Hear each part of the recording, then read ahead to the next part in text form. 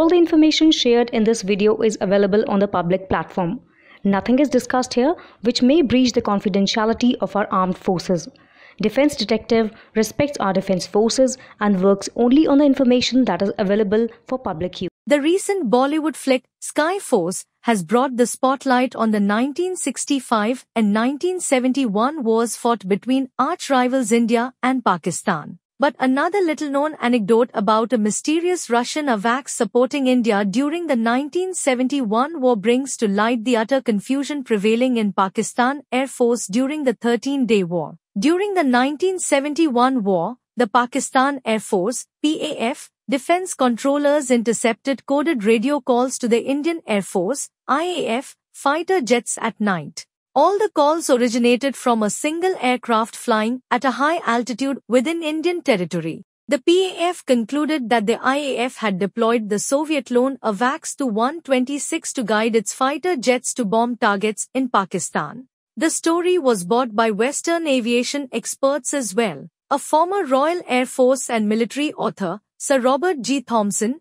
wrote in his book, War and Peace: An Analysis of Warfare Since 1945, the IAF was assisted by Soviet Tupolev Tu-126, NATO code name, MOS. Every move that the PAF made was immediately known to the IAF and the AWACS aircraft, in conjunction with active electronic countermeasures, through a blanket over Pakistani radar and communications. The IAF was able to operate between 320 and 480 kilometers, 200 and 300 miles, behind the front line with impunity. Thereafter, the legend of MOS got a life of its own. The Encyclopedia of World Air Power, edited by Bill Gunston, while describing the Tupolev Tu-126, stated, in 1971, a single aircraft was detached with its crew to assist the IAF in the war with Pakistan. The myth of MOS persisted for a long time. Later, it was revealed that the IAF's seasoned pilots ingeniously used MiG-21FL and Su-7 to assist its Canberra for night raids against PAF's airfields.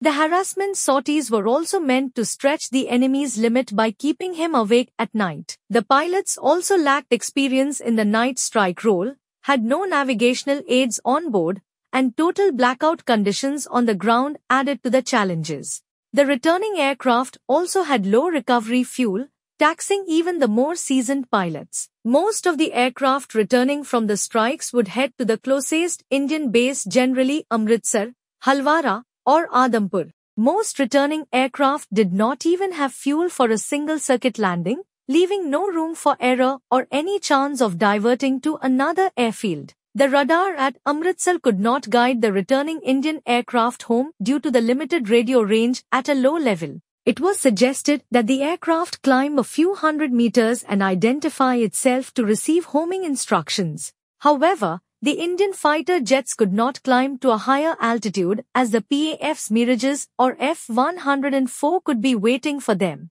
So, in the dead of night, when an Indian aircraft relayed, "Frisky Sparrow, recover at Bamboo," it might not mean much to the enemy listening in, but it was enough for the recovering aircraft to reach home base. Hence, the mystery deepened as the Sparrow aircraft started giving homing and diversion information to recovering aircraft. The Sparrow was aware of the complete air situation in a large volume of space.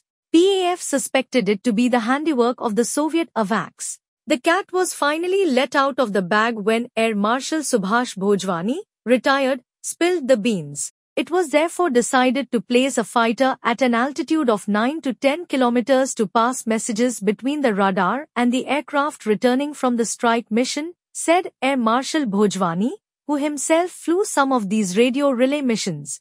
The code word for these missions was Sparrow. The mission was executed by the Tigers, No. 1 Squadron, which was then located at Adampur. Presently, the No. 1 Squadron is at Gwalior and equipped with French Mirages. The unit was equipped with Type 77, MiG-21FL, aircraft. They were positioned well away from the border and under positive radar cover and, therefore, safe from PAF interference. Tigers flew 30 Sparrow missions during the 13-day war. Every mission lasted over an hour and guided 2 to 3 night strike aircraft to land safely. Air Marshal Bhojwani later recalled, "I flew 7 Sparrow missions, all of them well after midnight. All the radar units pitched in to help recover the returning fighters, using electronic tricks and anomalous propagation of the winter inversion layer to the maximum. Often, the controllers used the Sparrow to relay messages to other aircraft and even to other radar stations. With this, Sparrow soon became aware of the complete air situation in a large volume of airspace. The IAF's pilots greeted the PAF's claim of IAF's fighter jets with Soviet-loaned MOS AEW aircraft with some amusement. The US and Pakistan's suspicions about loaned Russian AWACS coming to IAF's aid were not ill-founded. Russia did openly come out in India's support as India and Pakistan fought their third war. The US and the erstwhile USSR had nearly exchanged nuclear blows in the Bay of Bengal in support of their respective allies. The US had mobilized a part of its 7th Fleet ostensibly to support Pakistan. However, historical records later pointed out that it was a convoluted Cold War scheme orchestrated by US President Richard Nixon and then National Security Advisor, NSA, Henry Kissinger that threatened war with the second most populous country on earth at that time, India, to quote the most populated country, China. Soviet Russia came to the aid of its ally, India, to intercept the US Task Force 74 heading towards the Bay of Bengal.